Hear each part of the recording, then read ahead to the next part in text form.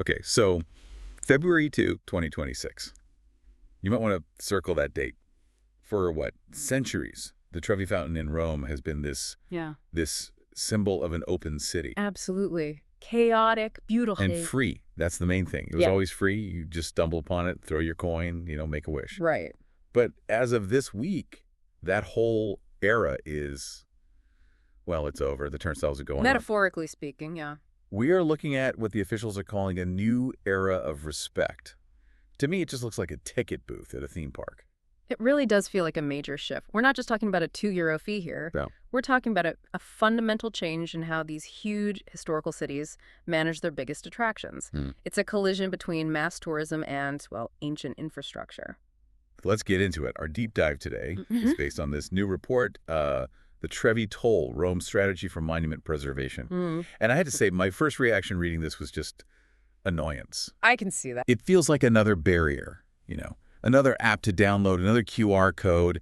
Is this really necessary? Or is it just a way to cash in on 10 million people wanting a selfie? That's the cynical take, and it's a fair question. But if you dig into the report, the Trevi Toll, as they call it, isn't really a revenue play. You sure about that? Well, not primarily, anyway. Sure. It's more like an emergency brake. Yeah. The city is basically arguing that the whole situation is it's unsustainable. The monument is being physically worn down by just the sheer number of people. Okay. Before we get into the whole philosophy of eroding monuments, let's just nail down the logistics, because I've seen stuff online. People are confused.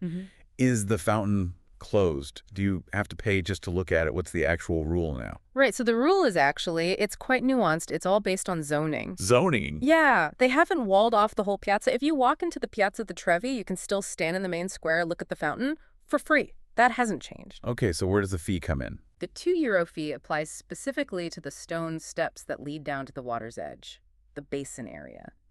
So the pit. The mosh pit where everyone's fighting to throw their coin. Exactly that spot, that lower level, the part where you're physically closest to the monument, that is now a controlled access zone. So you pay €2, you go through a gate, and then you can go down. That's the system. But doesn't that create a weird class dynamic? You've basically got a VIP section for a public monument. That's the big criticism. You have the premium experience for people who pay, and then everybody else is sort of an economy class behind a rail. I mean, doesn't that just kill the whole spirit of a public square? It's the strongest argument against it. Public art should be public. Yeah. But the source material makes a counter-argument. Which is? The report says that by clearing the steps of that huge, crushing crowd, you actually restore the view for the people up top in your economy class. How does that work? Well, think about the last time you were there. Standing back in the square, what could you actually see? Honestly, the back of 1,000 heads. A sea of smartphones in the air. If I jumped, I could maybe see the top of the main statue's head. Precisely. The basin was so packed, it literally became a visual wall. Right. So by turning that lower area into a ticketed, regulated zone with a capacity limit, the density drops way down. And suddenly, you can actually see the fountain. Suddenly, if you're standing up in the free area, you have a clear sight line. You can see the stone, the water, the art, instead of just more tourists. Wow. That's a fascinating paradox. By charging people, they might actually improve the experience for the people who don't pay. That is exactly the city's claim. They're basically trading freedom of access for quality of experience. Let's talk about that quality, because the report uses the word respect over and over again, restoring respect. It sounds a bit like my old headmaster. What does respect even mean here? I think it's about environmental psychology, the idea that when a space is chaotic and overcrowded, people treat it badly. The broken windows theory. Exactly, but applied to tourism. When you have to literally fight your way to the front, you're stressed, you're aggressive, you're not thinking about the ancient stone, you just want your photo. You might sit on it, drop your trash. So the fee is like a psychological speed bump. Perfectly put. When you have to pay even a small amount like €2 and you pass through a formal checkpoint, your mindset shifts. You're not just on a random street anymore. You're entering a site. You're entering a site. You become an intentional visitor, not just someone consuming a view as they pass by. It changes it from a path to a destination. I get that. But the report also talks a lot about safety. And this, for me, is where I start to see the logic. Because the Trevi Fountain it's the World Cup of pickpocketing. Oh, it's legendary. The police stats in the report are just staggering. That dense crowd is the perfect cover. Thieves thrive on distraction and physical contact. Of course, if I bump into you in a crowd of 5,000, you just think, oh, crowded place? Right. You don't think I'm being robbed? But now think about the new rules. The lower basin is ticketed, access is controlled, the density is lower. You have personal space. You have space. If someone bumps into you now, you notice. And more than that, pickpockets don't want to pay an entry fee. They don't want to leave a digital trail with a credit card to get into their workplace. You're making it too expensive for the thief to operate.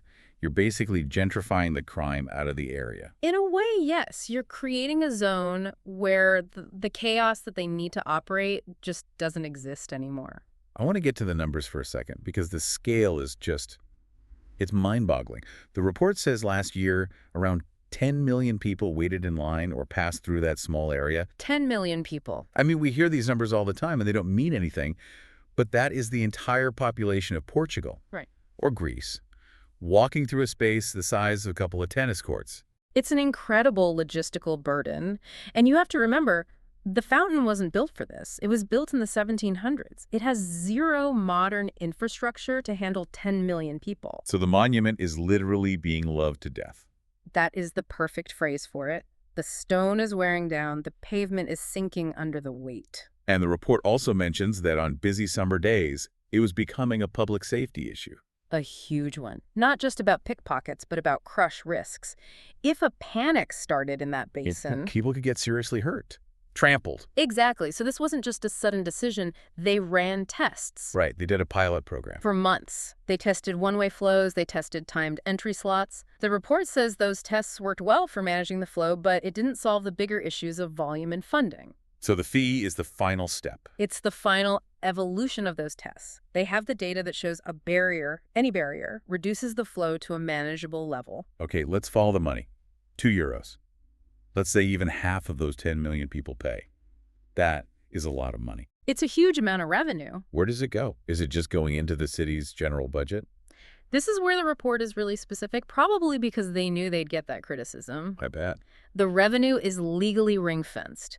It can only be used for care for historic sites and to improve visits. So it's a closed loop. The money from the Trevi pays to fix the Trevi. In theory, yes. The money you pay to walk on the stones goes to the mason who repairs the stones. It pays for the extra security, the cleaning crews. It creates a self-sustaining funding model for one of its most expensive assets. I have to admit, that makes a lot of sense. If I'm part of the problem wearing down the stone, maybe I should chip in for the repair.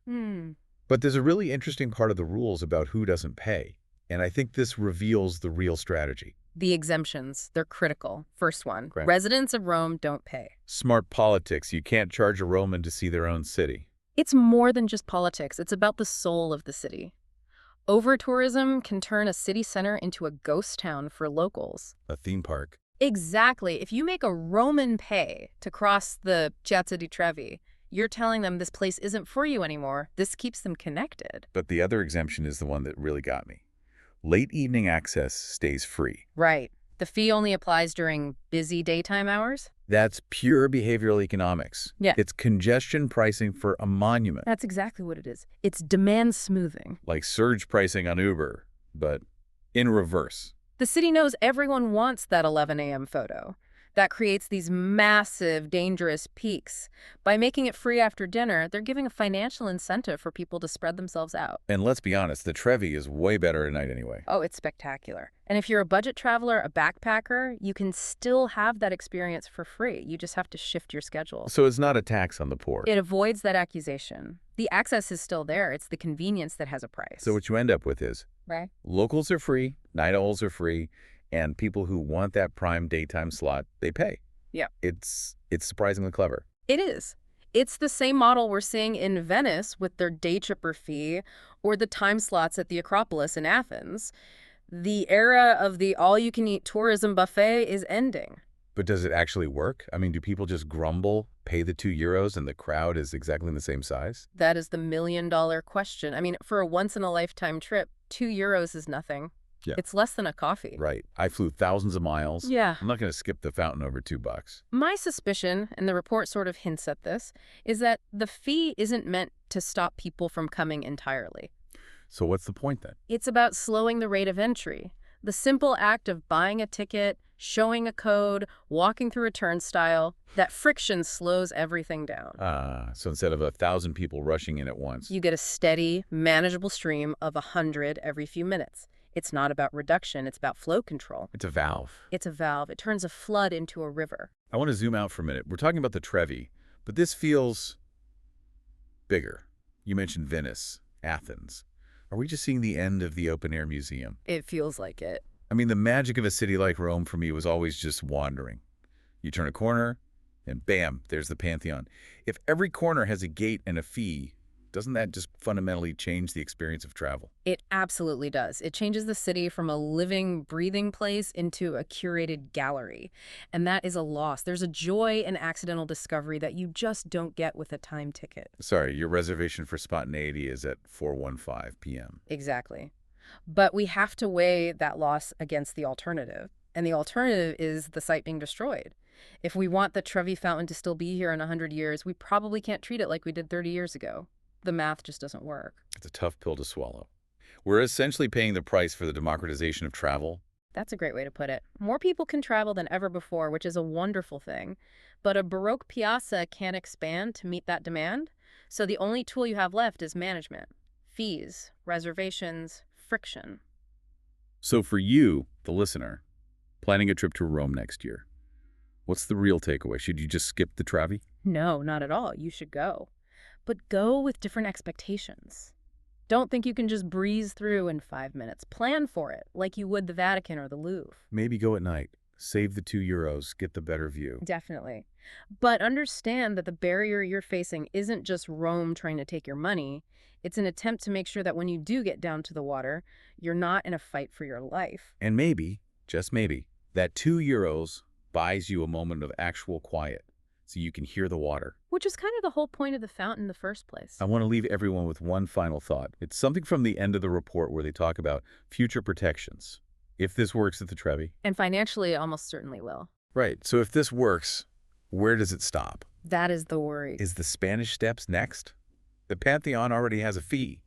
Are they going to put a gate around the Piazza Navona? I mean, are we heading to a future where the entire historic center of Rome is just one big ticketed zone? It's a very real possibility. If the Trevi model proves you can charge people without a riot and the site becomes cleaner and safer, every mayor of every historic city in Europe is going to be looking at their own monuments. And seeing preservation funds or dollar signs. Depends on how you look at it. Something to think about next time you're digging for change in your pocket. As always, thanks for helping us make sense of this. My pleasure. And to you, the listener, Rome is still eternal. But the free ride, that might just be history. We'll see you in the next deep dive.